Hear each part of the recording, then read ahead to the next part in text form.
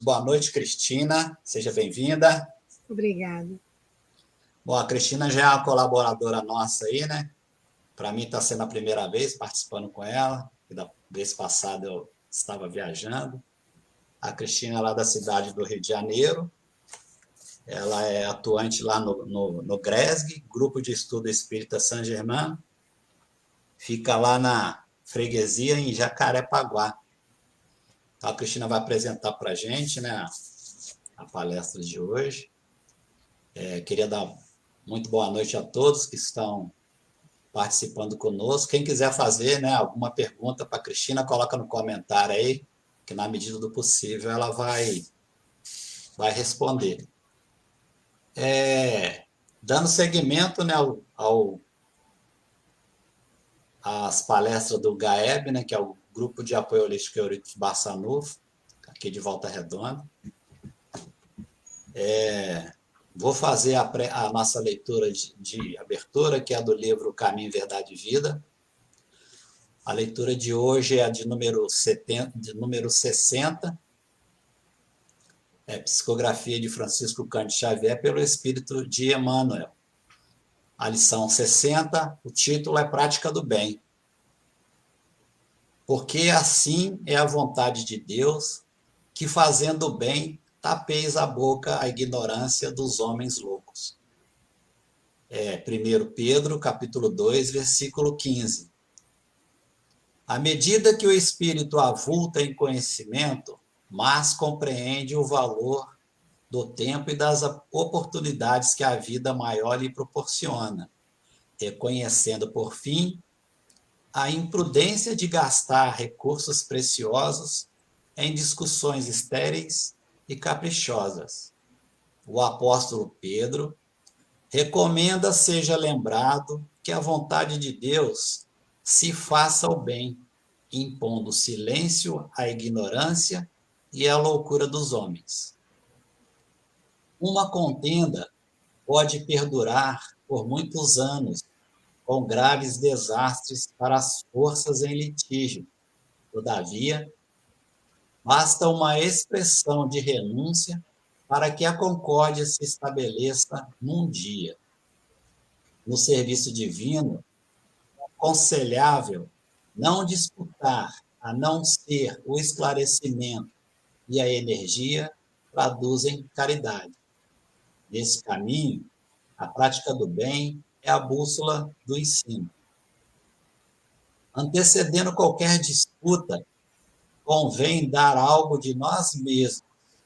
Isso é útil e conveniente. O bem mais humilde é semente sagrada. Convocado a discutir, Jesus imolou-se. Por haver transformado ele próprio em divina luz, dominou-nos a treva da ignorância humana. Não parlamentou conosco. Ao invés disso, converteu-nos. Não reclamou compreensão. Entendeu a nossa loucura, localizou-nos a cegueira e amparou-nos ainda mais. E assim continua até hoje, né? Dando sempre exemplo para nós de misericórdia, de amparo, e a gente se sente debilitado em seguir esses ensinamentos, né? Essa foi a nossa leitura de abertura. Vou fazer agora a nossa prece. Nesse momento, né, de reflexão, de estudo, de aprendizado, nós possamos elevar o nosso pensamento ao nosso Criador. Senhor Deus Pai Todo-Poderoso, mais uma vez nos reunimos aqui em seu nome, através das redes sociais, para mais um estudo da doutrina espírita. Neste momento, Pai, pedimos a Ti, ao Mestre Jesus, e a toda a espiritualidade de luz, toda a intuição necessária para a nossa irmã Cristina, que aceitou o nosso convite desta noite e vai apresentar para nós o estudo da doutrina. Que nós possamos extrair dessas informações conhecimento, orientação, para a nossa caminhada diária. Esse aprendizado de hoje possa somar para todos nós, para que nós possamos entender cada vez mais sobre essa doutrina maravilhosa. Pedimos, Pai, que o Senhor envie seus mensageiros espirituais a cada lar representados aqui nesta noite, que eles possam estar levando a paz, o amor, a tranquilidade, a união, a fraternidade, para que nós possamos ter um bom convívio diário. Que o Senhor envie também, Pai, seus médicos espirituais a todos os hospitais onde os nossos irmãos se encontram internados, para que eles possam receber neste momento essa bênção, essas vibrações e esse lenitivo para recuperar o equilíbrio do corpo físico e espiritual. Pedimos também por todos os nossos irmãos que se encontram em situação de rua, os nossos idosos na casa de repouso e nos asilos, os nossos pequeninos nos orfanatos à espera de adoção, os nossos irmãos que se encontram nas clínicas de repouso e de recuperação, os nossos irmãos internados nos manicômios que ainda funcionam nesse nosso país, e os nossos irmãos encarcerados também, Pai, que no momento de fúria cometeram um crime perante a justiça dos homens, têm que pagar por ele, e que saindo de lá eles possam sair recuperados e transformados e trilhar um caminho diferente. Sendo assim, Pai, agradecemos mais uma vez por essa oportunidade, pedimos a vossa permissão, a permissão do Mestre Jesus, do nosso mentor espiritual da nossa casa, Eurípides Barçanufo, para iniciarmos a palestra da noite de hoje. Graças a Deus, que assim seja. Graças a Deus. Cristina, daqui a pouquinho eu volto com você, tá? Fica à vontade. Tá bom. Uma boa noite a todos, é um prazer estar com vocês mais uma vez, recebendo esse convite, né, que nos auxilia, né, no nosso caminho de trabalho. Nós estamos no mês de setembro, que é um mês em que, tradicionalmente, né, no mundo, muitas ações são efetuadas em benefício, né, da prevenção ao suicídio. E hoje nós vamos conversar sobre o suicídio. É uma pena eterna? Né? Nós conhecemos algumas histórias, né, dos livros espíritas, de exemplos, né, de alguns espíritos que reencarnaram sucessivamente e tiveram esse problema sucessivamente durante as suas encarnações. Então, nós vamos conversar um pouco primeiro sobre a história do suicídio, né? Porque nós temos notícias do suicídio na história desde muito antes, né, de Cristo. Na Bíblia, inclusive, né, um de seus discípulos, né, que é Judas Iscariotes, ele, movido pelo remorso, em função do que acontece com Jesus, ele se suicida. Né?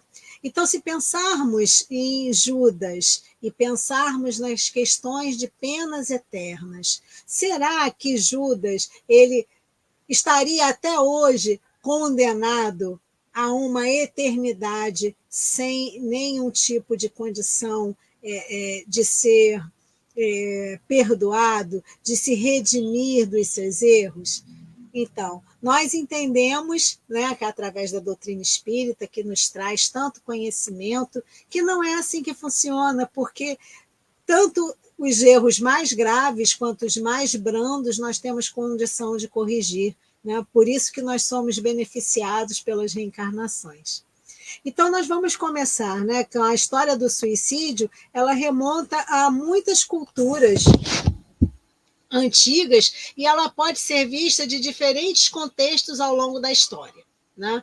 Então, as atitudes em relação ao suicídio variam ao longo do tempo e de acordo com as culturas. Então, nós temos eventos que trazem, né, algumas coisas na literatura, traz que, assim, é possível que num determinado momento o suicídio ele venha a ser aceito por conta de alguma influência cultural daquele momento.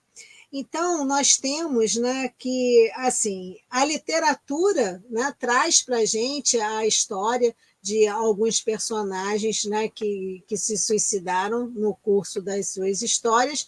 E na doutrina espírita nós temos um clássico, né, que nos foi trazido através da psicografia recebida por Dona Ivone do Amaral Pereira, que é Memórias de um Suicida. Então, esse livro ele foi ditado pelo espírito Camilo Cândido Botelho, e ele também, né, ele é como se ele contasse a sua própria história, porque ele era um suicida. Então, o modo como o suicídio ele é percebido e tratado vai variar de acordo com a cultura e com a época. Então, em algumas culturas, nós temos o suicídio como sendo aceito como uma forma de honra ou como um ato de protesto político. Enquanto que em outras situações ele é considerado um pecado ou uma transgressão contra a lei divina, e ainda em muitas sociedades o suicídio ainda é um tabu e é difícil de ser abordado. Então, ainda hoje, né, nós temos algumas questões relacionadas a esse tema que são de difícil abordagem, porque é de fato um tema de bastante sensibilidade. Então, sendo, né, um comportamento histórico, na Roma antiga, os homens livres, mas não os escravos, né, podiam escolher cometer suicídio sem problemas. Inclusive, o suicídio ele era elogiado pelas viúvas que seguiam os seus maridos após a morte ou se haviam sido estupradas por homens que queriam evitar a desonra ao envelhecimento. Essa questão da viúva, inclusive, ela vem no Livro dos Espíritos, em uma das perguntas da parte do suicídio, é perguntado, Allan Kardec pergunta aos espíritos sobre a questão das viúvas. Então, os espíritos, inclusive, respondem, né, que as viúvas, elas... em tese, elas não seriam nem consideradas suicidas, porque muitas delas não faziam aquilo por vontade, mas porque era uma pressão da sociedade onde elas viviam. Então, existem algumas questões relacionadas ao suicídio que estão previstas no Livro dos Espíritos, que trazem para a gente algumas questões que são mais... atenuantes em relação à conduta e outras que nem sequer são consideradas, né, como suicídio, em função da razão em que essa situação acaba acontecendo.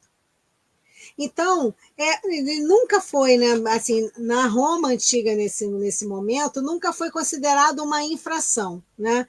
Embora toda essa abordagem de questão fosse muito pragmática, mas era especificamente proibido em 3 situações. Os acusados de crimes capitais, porque se eles fossem condenados antes e se suicidassem antes, o Estado não poderia tomar os seus bens para quitar as dívidas, né? E os soldados e os escravos. Os soldados, porque isso era considerado uma deserção. E os escravos, porque isso tinha, de fato, uma conotação estritamente econômica. Inclusive, se eles se suicidassem por um período inferior a 6 meses, né? Eu comprei um escravo e ele se suicidou num período de 6 meses. Eu poderia ir até a pessoa que me vendeu esse escravo e solicitar um ressarcimento por conta do que aconteceu. Então, existe toda... assim, nessa época não tem ainda a questão religiosa influindo no ato em si, né? As abordagens elas eram puramente sociais ou econômicas. Então, depois disso, né, esse conceito cai na Roma a partir de Domiciano, no século I depois de Cristo, que aí ele decretou, né, que os condenados pelos crimes capitais que se suicidassem antes do término do processo, né, os filhos não poderiam ter direito à herança. Então, os filhos eles ficariam penalizados nesse sentido. né? Então, havia realmente toda essa preocupação social, econômica em relação à questão, mas não era propriamente assim uma questão proibida. As pessoas eram livres para tomar essas atitudes. Então, nós chegamos na Idade Média, né? E aí a Igreja Católica ela já entra com uma outra postura, né? Aí a religião ela já está mais assim consolidada. Então, a igreja já exercia uma influência de fato muito grande, tanto a nível social como político e econômico, e então, nesse momento, a igreja ela passa a assumir esse conceito também. E passou a excomungar pessoas que tentavam o suicídio, né? E as que morriam, de fato, né, por essa tentativa, elas eram enterradas fora de cemitérios consagrados. Inclusive, durante o momento que eu estava pesquisando, nós chegamos a ver que nos cemitérios judeus existe uma ala consagrada àqueles que morreram por conta do suicídio. Eles não ficavam, não eram enterrados juntos dos outros judeus. Então, há todo esse conceito, né? Embora o judaísmo, né, ele tem uma conotação um pouco diferente, né, do catolicismo. Nos cemitérios cristãos também havia um espaço que era destinado àqueles que deram fim à vida através da prática do suicídio. Então, baseado em tudo isso, né, a gente começa assim, a desenvolver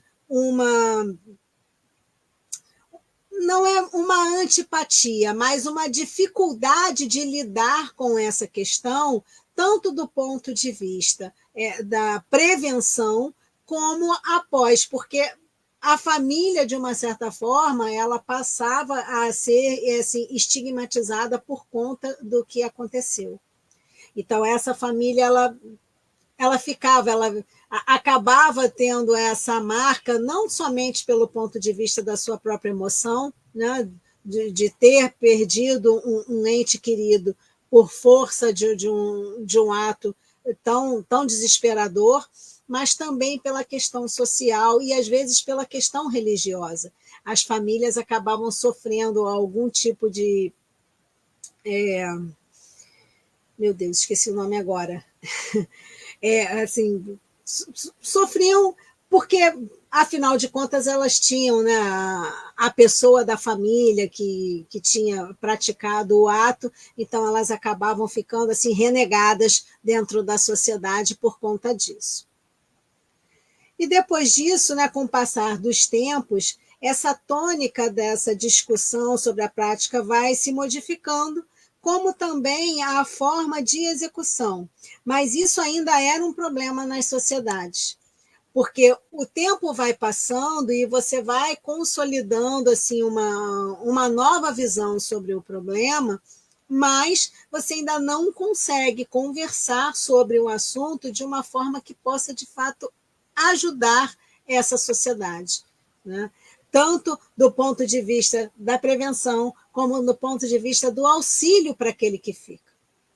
Porque quando nós temos esse tipo de problema acontecendo numa família, não é somente aquele que pôs fim à vida que tem uma dor. Toda a sua família, né, acaba sendo muito atingida pelo ato em si, porque é uma perda assim, extremamente violenta. Se nós considerarmos os vários tipos de desencarne e considerar aqueles violentos mesmo, seja por conta de fenômenos da guerra ou um acidente de avião, de trem, enfim, uma coisa que traga para a gente, né, uma dor muito grande, que nos coloque assim, numa comoção muito intensa, ainda assim, o fato da pessoa ter desencarnado por pôr fim à própria vida, ainda é uma questão muito mais dolorosa. Então, se hoje, né, no século XXI, com a tecnologia, com o acesso a tratamentos e terapias, nós ainda temos dificuldade de alcançar e colaborar com essas pessoas, imagina num tempo mais anterior. Então, nessa época, assim, quando a gente começa, né, a vir, assim, entrando já no iluminismo, as atitudes religiosas começam a ser mais questionadas. Né? Por que está acontecendo, né, o questionamento na sociedade naquele momento? Porque a religião ela teria que ter a função do acolhimento desde sempre. Né? Afinal de contas, a gente vai até a religião para quê? A gente vai até a religião para conhecer a palavra sagrada, para conhecer Deus, para conhecer Jesus. Então, dependendo do nosso credo, né, para a gente ter as nossas práticas religiosas. Então, como é que essa religião não acolhe essa família?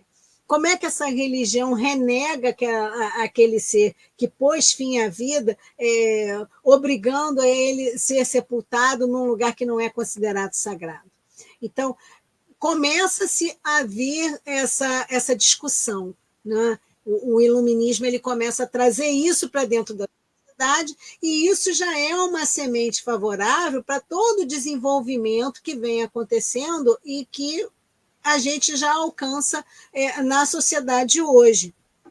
Embora ainda haja dificuldade sobre conversar sobre esse assunto. Né?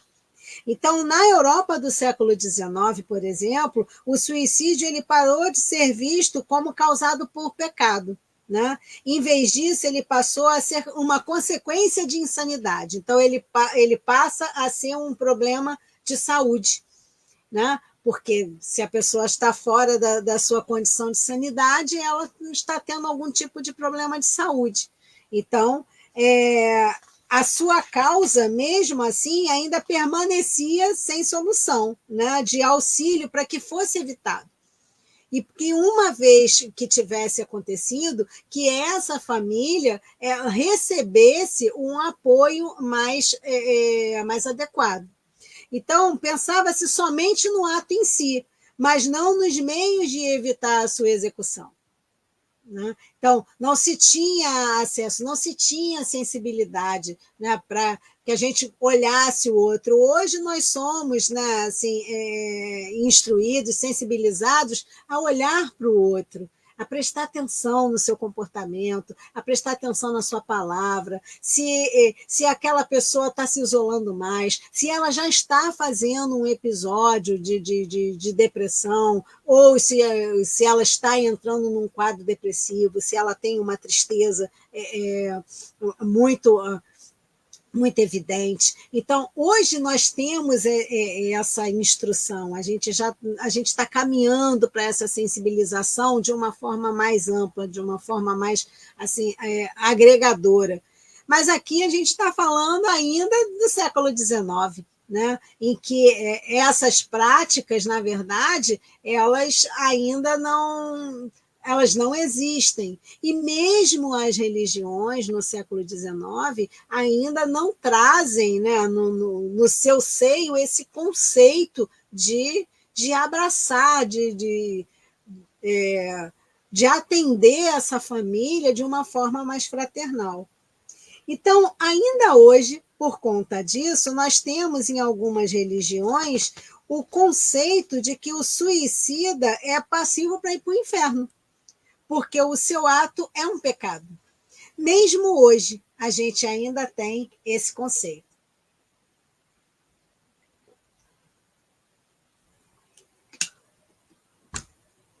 Então, numa matéria publicada em 2019, né, cujo título é Um Olhar Teológico sobre a Questão do Suicídio, o pastor Fabrício Velic diz que os dados em relação aos índices do suicídio naquela época da matéria eram tão preocupantes e geravam diversos questionamentos relativos à saúde pública do Brasil, e bem como também à teologia. E por que ele coloca isso? Eu vou ler assim na íntegra o texto dele. Afinal, num país cristão como o Brasil, o tema ainda é visto como um enorme tabu por grande parte da população. O próprio Catecismo da Igreja Católica condena o suicídio, afirmando que tal ato contraria a inclinação natural do ser humano para conservar e perpetuar a própria vida, ainda que também considere que Deus pode oferecer a quem o pratica ocasião de um arrependimento salutar. Ele, como pastor protestante, ele se coloca à vontade para fazer o comentário a seguir. As igrejas evangélicas, por sua vez, na maioria dos casos, têm uma posição bem mais radical quanto à temática. Condenam todo ato suicida como pecado digno do inferno que Deus não perdoa. A ideia, seguindo na mesma linha do catolicismo, é que a vida é um dom de Deus e, por isso, somente Ele pode retirá-la. Desse modo, não é da alçada humana dar fim à própria vida. E com relação a essa última frase, concordamos em gênero, número e grau, né? A vida é um dom que Deus nos dá, que Deus nos permite, né, experienciar como espíritos, para que a gente possa atender a várias questões da nossa evolução, né? Não somente provas e expiações, mas também aprendizados importantes que sempre agregam na qualidade da evolução dos nossos espíritos.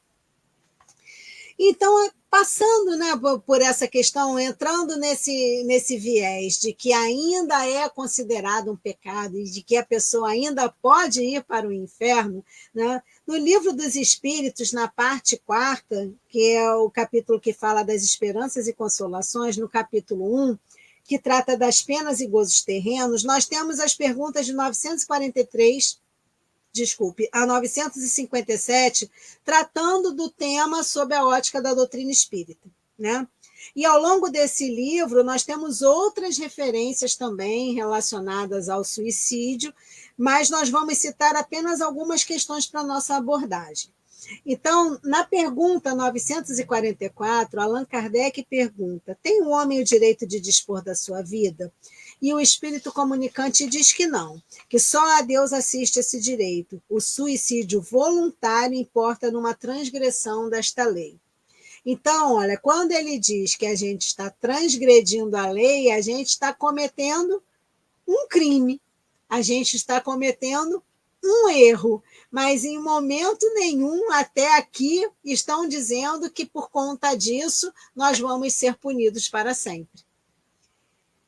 Então, Kardec ainda pergunta: não é sempre voluntário o suicídio? Aí os espíritos respondem: o louco que se mata não sabe o que faz. Você está privado da sua consciência. Né? Não é o que acontece muitas vezes quando a pessoa está dirigindo extremamente alcoolizada? Tudo que acontecer a partir dali, daquele momento em que ela pegou o carro, foi dirigir, mas ela está alcoolizada, ela não tem plena capacidade da sua consciência para estar fazendo o que está fazendo. Então, ela responde, inclusive, de uma forma dolosa por tudo, mas ela não tem consciência daquele resultado. Ela pode simplesmente ter pego o carro, saído e dirigido, mas contando com a possibilidade de que ela vai chegar no destino que ela pretende.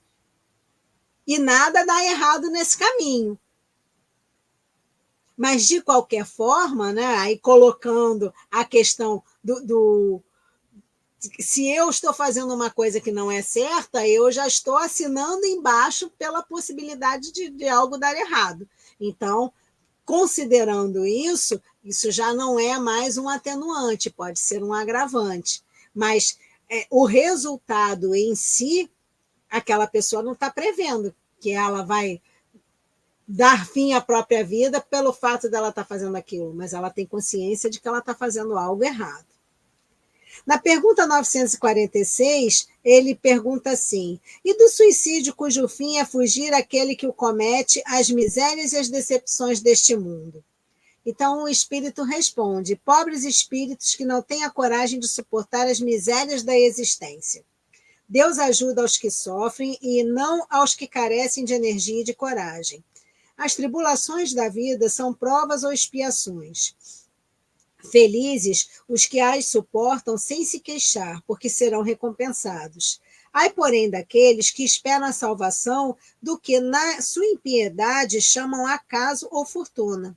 O acaso ou a fortuna, para me servir da linguagem deles, podem com efeito favorecê-los por um momento, mas para lhes fazer sentir mais tarde cruelmente a vacuidade dessas palavras. E aqui tem uma outra pergunta. Os que hajam conduzido o desgraçado a este ato de desespero sofrerão as consequências de tal proceder? Esses, ai deles, responderão como por assassínio. E nós temos algumas histórias, né, especialmente de espíritos obsessores que acabam induzindo algumas pessoas ao suicídio. Mas temos também aqueles que promovem isso de uma forma criminosa dentro da materialidade. Só que existe, né, uma justiça que é muito mais soberana do que a justiça dos homens, que é a justiça de Deus. Nada passa, né, assim, impune aos olhos do Criador. Então, nós temos, né, que ter consciência de que, se agimos de forma indevida, promovendo, né, o fim da vida de uma outra pessoa, né, o suicídio, através do suicídio, nós somos plenamente responsáveis por isso. Até porque, né, existe também uma outra questão. Se nós não conseguimos fazer todo o bem que podemos, nós também respondemos por isso. Então, a nossa omissão também pode ser considerada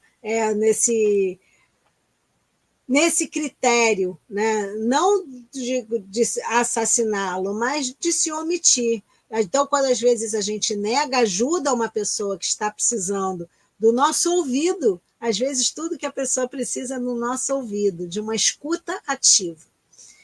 A gente também corre o risco de estar levando uma continha para dentro da nossa bolsa. Na questão 948, nós temos: é tão reprovável como o que tem por causa o desespero o suicídio daquele que procura escapar à vergonha de uma ação má? O suicídio não apaga a falta. Ao contrário, em vez de uma, haverá duas. Quando se teve a coragem de praticar o mal, é preciso ter-se a de lhe sofrer as consequências. Deus que julga pode, conforme a causa, abrandar os rigores de sua justiça. Nós devemos lembrar que, assim, uma das grandes questões que são colocadas, né, nas palestras sobre o suicídio, sobre a ideação suicida, é que, normalmente, a pessoa que chega a esse ponto, a finalidade dela não é dar fim à vida, mas é dar fim à dor que ela está atravessando. Seja porque ela já não está conseguindo mais seguir adiante, né, conforme as suas provas, com as suas dificuldades, os seus desafios, seja por falta de apoio, seja por solidão, seja por questões fisiológicas. Às vezes a pessoa está atravessando um problema fisiológico, não buscou ajuda. Então, isso é aquela dor que ela não consegue suportar, que ela quer dar fim. Não é a vida, né? Mas é preciso que a gente olhe para essas pessoas com muita compreensão e com muita solidariedade, para que a gente possa ajudá-las a não chegar no ponto, né, de pôr fim à vida através do suicídio. A questão 957 traz para a gente o seguinte: quais, em geral, com relação ao estado do espírito, as consequências do suicídio? Essa resposta ela é bem grande, então eu vou ler algumas coisas para que a gente tenha assim uma noção. E eu convido vocês a lerem esse capítulo, as perguntas 943 a 957. Né? Essa aqui que eu vou ler agora é a última questão desse tema. Então, Muito diversas são as consequências do suicídio, não apenas determinadas, e em todos os casos correspondem sempre às causas que o produziram. Só essa frase aqui já é o suficiente para a gente entender que não existe uma penalidade eterna para aquele que põe fim à vida através de um ato suicida. Nós teremos uma outra oportunidade para reparar, né, esse período em que a gente acabou tomando essa atitude precipitada e pondo fim à vida naquele momento. Então, é importante que a gente tenha essa sensibilidade, porque dentro da própria resposta que o Espírito traz para a gente na questão 957, isso já é excluído da questão da pena eterna, né? Embora também a gente saiba que não existe nenhum tipo de pena eterna para todos nós, né? Por isso que nós temos o benefício da reencarnação. O que nós não conseguirmos resolver em uma encarnação, nós podemos resolver em outra ou dar continuidade à solução em outra encarnação. É importante também a gente se empenhar, né? Empenhar o nosso esforço para que a gente consiga não apenas resolver as questões que viemos resolver, mas principalmente evitar novos comprometimentos. Então, o suicídio ele não será solução para os meus problemas. Ao contrário, ele me traz outros problemas, né, com essa atitude. Então, aqui ele coloca: há, porém, uma consequência a que o suicida não pode escapar, que é o desapontamento. Por quê? Uma vez que ele comete o ato, né, e que ele tem noção de fato que ele não está mais vivendo naquele corpo de carne, ele vê que a vida continua e ele continua se atormentando com aquilo que ele colocou como motivo para dar fim à própria vida. Fora outras questões, né, que são relacionadas ao desencarne em si. Quando a pessoa desencarna pelo suicídio, ela ainda permanece vinculada ao corpo por conta do fluido vital que ainda fica vibrando. Esse fluido vital, num caso de desencarne pelo suicídio, ele normalmente ele ainda permanece, né, porque ele fica ligado à carne, à matéria. Então, o espírito ele fica muito perturbado, porque ele não consegue se desligar daquela realidade. Então, nós temos, né, vários relatos de espíritos que permanecem próximo do corpo e que ficam muito apavorados com a questão da deteriorização, né, do corpo físico, porque aquele corpo ele está se deteriorando, está se decompondo, e ele vai acompanhando todo aquele processo, sentindo muitas vezes a dor que acontece naquela situação. Então, esse desapontamento, né, que o espírito acaba levando para a erraticidade pelo fato de ter cometido suicídio, isso permanece com ele. Então, ele entende que ele permanece numa situação de dor e ele ainda permanece também com a culpa, porque aí ele passa a se sentir culpado de tudo aquilo que ele está vivendo, tudo aquilo que ele está experimentando. E dependendo de algumas situações, ele pode ter trazido alguns danos à família e ele começa a perceber que ter se ausentado da vida trouxe muito mais prejuízo à família dele aqui no planeta do que se ele tivesse permanecido. Então, várias coisas acontecem e passam na cabeça desse espírito que acaba experimentando essas sensações após o desencarne pelo suicídio. Então, depende também das circunstâncias, né? A resposta diz aqui. Então, alguns espiam a falta imediatamente e outros em nova existência, né? Que será um pouco pior do que aquela cujo curso interrompeu. Por quê? A gente vem com uma questão. Eu costumo dizer que quando a gente combina a reencarnação, a gente traz na nossa memória ROM, na nossa memória RAM, aliás, né, toda aquela bagagem que está ali, assim, olha, aquilo ali é um compromisso que você tem que cumprir e não adianta fugir, porque vai acabar acontecendo outras situações para que você possa desenvolver aquela questão.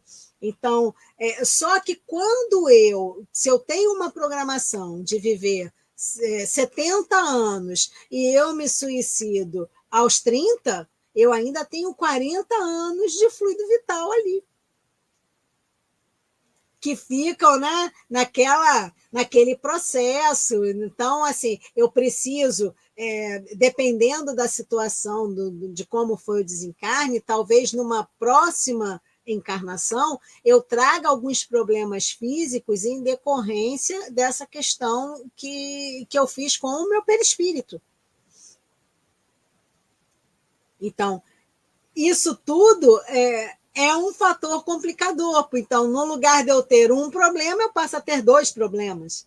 Né? Eu preciso lidar com 2 situações diferentes. Então, essa é uma questão também que os espíritos colocam para a gente. Então, mais o que aqui que a gente pode colocar? Então, alguns há, porém, comuns a todos os casos de morte violenta e que são consequência da interrupção brusca da vida. Então, a persistência mais prolongada e tenaz do laço que une o espírito ao corpo, que é essa questão do fluido vital. As consequências deste estado de coisas são o prolongamento da perturbação espiritual, seguindo-se a ilusão em que durante mais ou menos tempo o espírito se conserva ainda pertencendo ao número dos vivos. Então, aquilo para ele é tão material que ele se percebe ainda como vive. Ele não tem noção de fato, ele se afastou. Embora ele possa verificar toda aquela sensação de ver o corpo em decomposição, todo aquele sofrimento que ele observa no corpo, ele ainda assim ele tem algumas dificuldades. Inclusive, em mesas mediúnicas, né, nas reuniões mediúnicas em que são atendidos espíritos suicidas, uma das coisas que eles mais precisam é desse contato realmente através do auxílio mediúnico, para que eles possam assim, receber esse choque anímico e eles possam ter assim, uma outra consciência.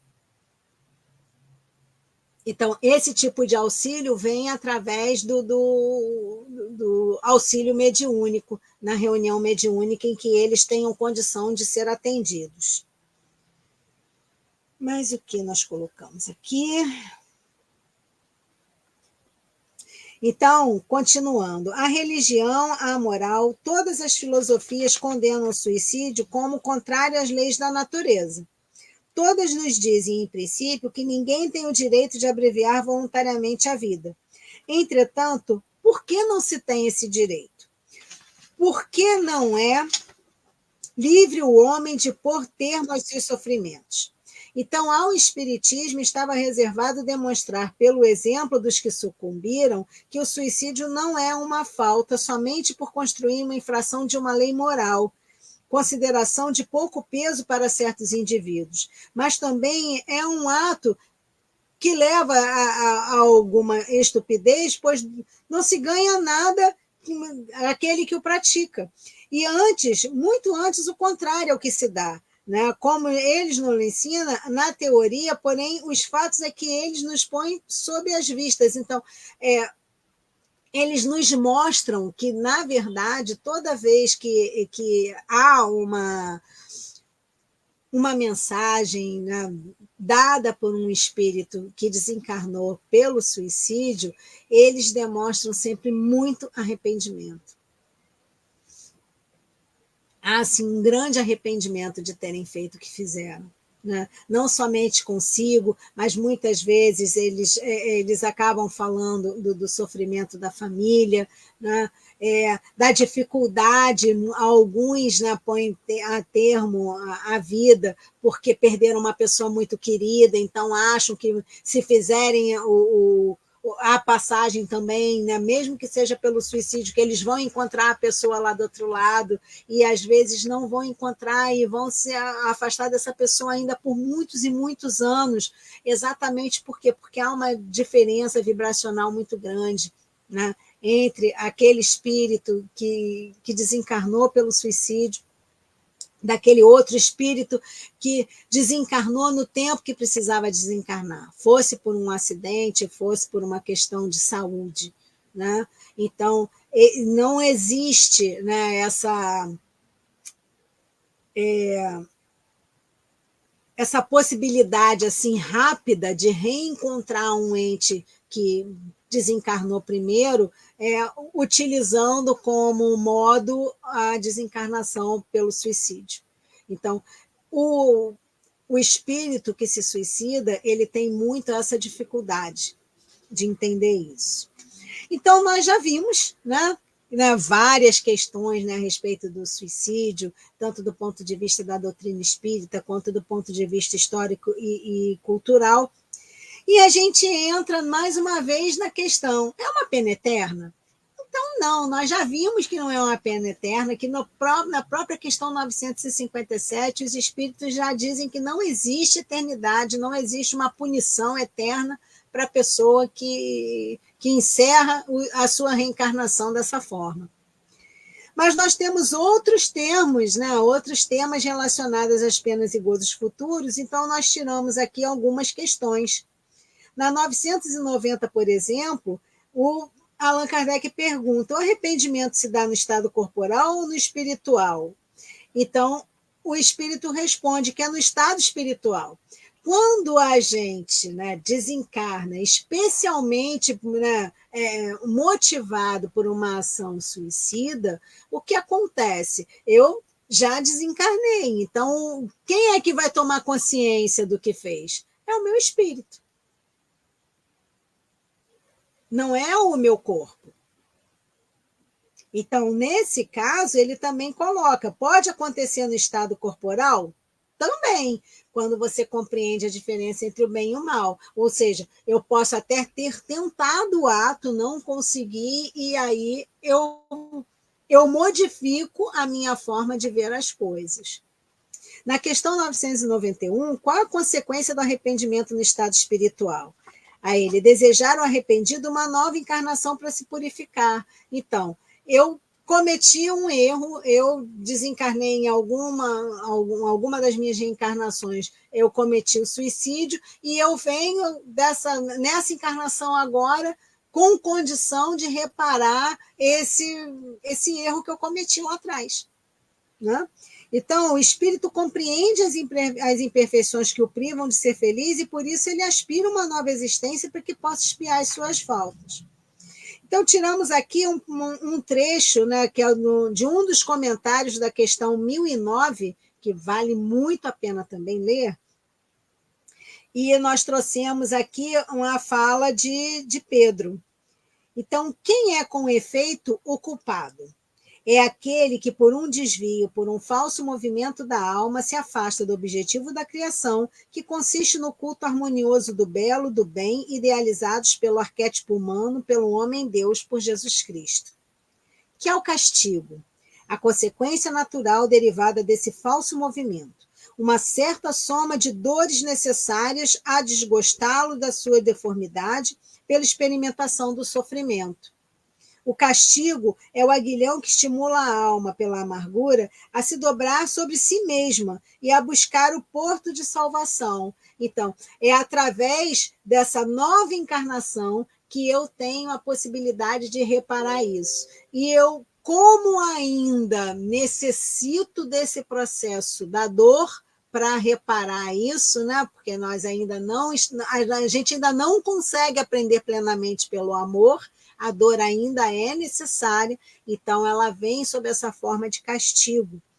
Então, o castigo só tem por fim a reabilitação, a redenção. Querer o eterno por uma falta não eterna é negar-lhe toda a razão de ser. Ou seja, o castigo, esse momento, ele vem para que eu possa me corrigir. Então, não é, na verdade, assim, um castigo propriamente dito, né? É uma reparação. Eu cometi um erro comigo ou com outrem e eu preciso desse momento para reparação. Então, isso não pode ser eterno. Uma vez que eu encerro essa questão, eu encerro esse castigo. Agora, como é que a gente pode fazer para ajudar uma pessoa que tem ideação suicida? Né? É um trabalho bastante interessante, né, que a gente precisa, assim, a gente precisa ter ouvidos de ouvir e olhos de ver quando uma pessoa, especialmente aquelas pessoas que estão mais próximas de nós, elas têm uma alteração de comportamento que seja importante, que a gente se coloque à disposição dessa pessoa. Ela pode até não querer falar conosco naquele momento, mas ela sabe que pode contar conosco a qualquer hora. Então, isso é muito importante, é a gente perceber essas modificações, né, e buscar ajudar essa pessoa. Porque, gente, está muito sério a questão do suicídio. Tá? Essa matéria eu tirei de uma homepage da Fiocruz, foi publicada em 20 de fevereiro de 2024. Então, a taxa de suicídio entre jovens cresceu 6% ao ano no Brasil entre 2011 e 2022. Isso é muito sério. Então, as taxas de notificação por autolesão na faixa etária entre 10 e 24 anos aumentaram 29% a cada ano, nesse mesmo período. O número foi maior que na população em geral, cuja taxa de suicídio teve um crescimento médio de 3,7% ao ano e de autolesão de 21% ao ano, neste mesmo período. Esses resultados foram encontrados na análise de um conjunto de quase 1 milhão de dados, divulgados em um estudo recém-publicado numa revista americana, né, desenvolvido pelo Centro de Integração de Dados e Conhecimentos para a Saúde, em colaboração com os pesquisadores de Harvard. E assim, não cheguei a pegar nada mais específico, mas a gente sabe que estão aumentando os casos entre os idosos. Então, é uma realidade gritante. Né? Nós estamos atravessando uma fase de muito sofrimento emocional. E se a gente já se perceber nessa condição, a gente precisa buscar ajuda. Né? Espontaneamente buscar ajuda. Né? Você pode estar fazendo um quadro depressivo, você pode estar com algum problema relacionado à bioquímica, então procure um médico, faça os exames, converse com um profissional de saúde para buscar a ajuda terapêutica. Então, tem também, né, disponível o CVV, né, através do telefone 188. O horário de atendimento é 24 horas por dia, 7 dias por semana. Então, é um conjunto, né, de pessoas, é um grupo de pessoas que vai poder ajudar você. É o Centro de Valorização da Vida. Então, procure ajuda através do 188. Além disso, né, casas espíritas e demais religiões se coloquem à disposição para ajudar, né, o seu grupo de assistidos. Proponha, através das casas espíritas, o atendimento fraterno. O atendimento fraterno pode direcionar essa pessoa para um tratamento de fluidoterapia, de passe, alguns outros tratamentos espirituais que, por acaso, a casa disponha. Outras religiões também podem ajudar através de grupos de apoio. O muito importante é que essas pessoas sejam acolhidas. Ao menor sinal de percepção de que a pessoa não está bem, se coloque à disposição desse irmão. Pense que pode ser você.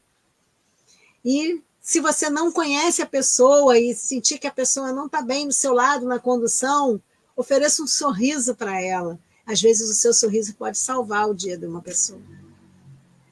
É isso então, meus amigos. Eu espero que o nosso papo tenha sido esclarecedor, e que nós possamos, de fato, nos sensibilizar e colaborar para a diminuição do crescimento desse índice tão cruel que é o índice do suicídio. Né? Que nós possamos colaborar com essas pessoas que têm a ideação suicida e que elas possam evitar esse tipo de ato contra si mesmas. Então, encerrando o nosso bate-papo, eu convido a todos nesse momento, né, a fechar os nossos olhos, nos sentarmos confortavelmente nos locais onde estamos, elevando os nossos pensamentos a Deus e a Jesus, à Mãe Maria, para que possamos todos, com essas reflexões, colaborar para a diminuição de tantos casos tristes de suicídio que acontecem junto de nós. Esperamos que essa espiritualidade amiga possa socorrer a todos esses irmãos que nesse momento sentem-se sozinhos, desamparados, em depressão, que precisam do amparo e do auxílio de um ombro amigo. Senhor, abençoa todos esses lares, abençoa essas pessoas, abençoa essas famílias, onde quer que esteja um irmão nessa situação, que Mãe Maria possa socorrê-lo, possa abraçá-lo, cobri-lo com seu manto. Senhor, muito obrigado pela oportunidade que tivemos aqui.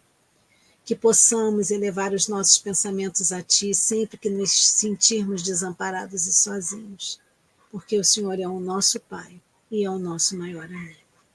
Muito obrigada por tudo. Que assim seja. Graças a Deus.